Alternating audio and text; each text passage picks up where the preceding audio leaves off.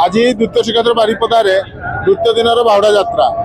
आज प्रथम माँ सुभद्रा रथ जहाँकि थाना टाउन थाना सम्मुख में काली अटकी जाता आज माँ महिला मैंने टाणी पहुंचाई श्रीमंदिर पाखे एवं बड़ भाई बलभद्र रथ को टाणी पहुंचा मौसी माँ मंदिर पाखर श्रीमंदिर पाखे। तो आज संध्या बेले चतुर्था मूर्ति विजय करेंगे रत्नवेदी भक्त मान गहली प्रबल होती खरा आज प्रबल आज पाग पाड़ना चेंज देखा मिली काली प्रबल वर्षार भक्त मान समावेश होता आज प्रबल खरार अनेक भक्त आसी रथ टाणीबार खुशी सहित रथ टाणु समस्त को जय जगन्नाथ मु कुकी स्वाई जय जगन्नाथ मु जयदेव मो शाशुघर जेहेतु बारिपदा से प्रथम थर कि रथ यात्रा देखुची आज बाहुड़ा सुभद्रा रथ टाणीबार सुजोग मिली जीवन में केबे भी रथ टाणी कि ये सुजोग मत के मिले तो आज हस्बैंड को सहित अच्छी मो शाशुघर माटी रे अच्छी बहुत खुशी लगुच इमोशनल फील होची बहुत केबे भी पूरी जीवार तो सुजोग मिलेनी से बारिपदारे ही आज पूरा भरपूर आनंद नौची आज बहुत खरा होची तथापि श्रद्धालु मानक सहित अगणित भक्त सब अच्छा देखा तो प्रबल खरा होची किंतु भक्त मान भिड़ कम ना समस्ते आसचंती माँ सुभद्रा बलभद्र को टाणी रथ को टाणी जगन्नाथ रथ पहुंची सारी मंदिर रे तो आज दिनटा बहुत ही स्पेशल आम थैंक यू। मो ना भागवत पंडा जगन्नाथ संस्कृतिर गवेषक देखु समग्र विश्व में द्वितीय श्रीक्षेत्र भाव में परिचित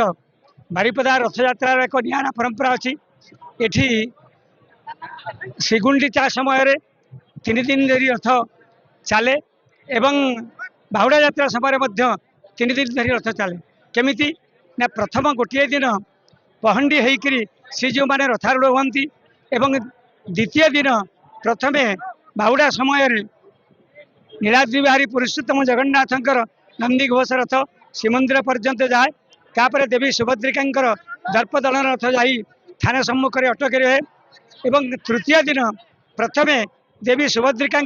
दर्पदलन रथ को केवल महिला माने टाणी टाणी नहीं पहुंचाती श्रीमंदिर निकट में तापर बड़ ठाकुर बलभद्र 14 चक विशिष्ट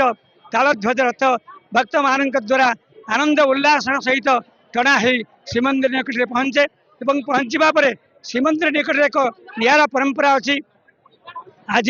बड़ ठाकुर बलभद्र रथ उपरू भक्त मान उद्देश्य श्रद्धालु वितरण कर श्रद्धालु को पाइबा समस्त भक्तों भितर अपूर्व उत्साह उद्दीपना देखा दे था। आज से प्रकार एक परिवेश सृष्टि होती आज लक्ष लक्ष भक्त बारिपदार बड़दाण्डे रुंडीभूत होती रथ यात्रा को संदर्शन करुँच कारण भगवान दक्षिणाभिमुखी यात्रा तेणु दक्षिणाभिमुखी यात्रा को जो मैंने चारि चक्षुरे दर्शन करती से चारि चक्षु कहले कौन ठाकुर 2 चक्षु एवं आउ व्यक्ति 2 चक्षु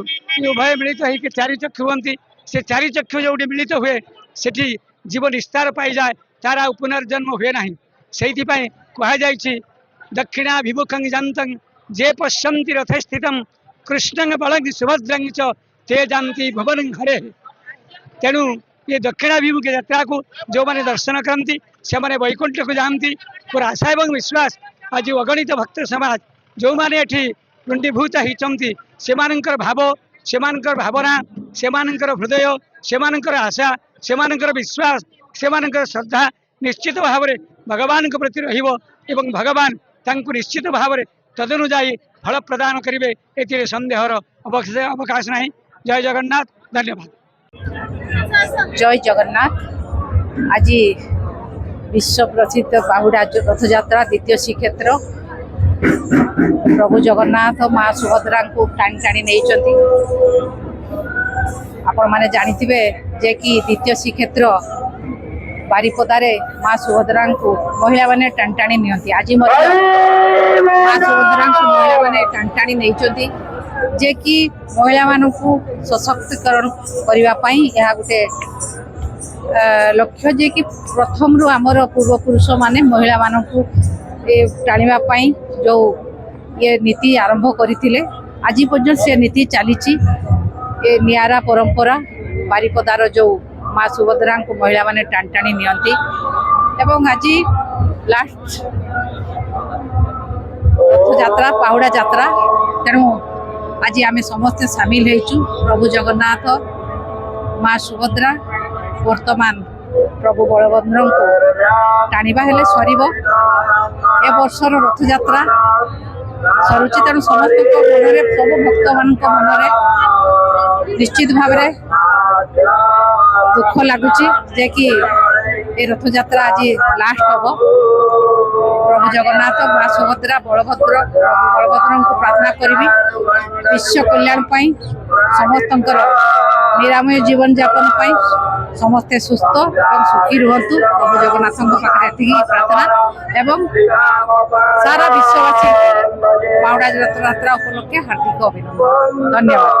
ବାରିପଦାରୁ ଅଭିଷେକ ରିପୋର୍ଟ କୋଣାର୍କ ଲାଇଭ୍।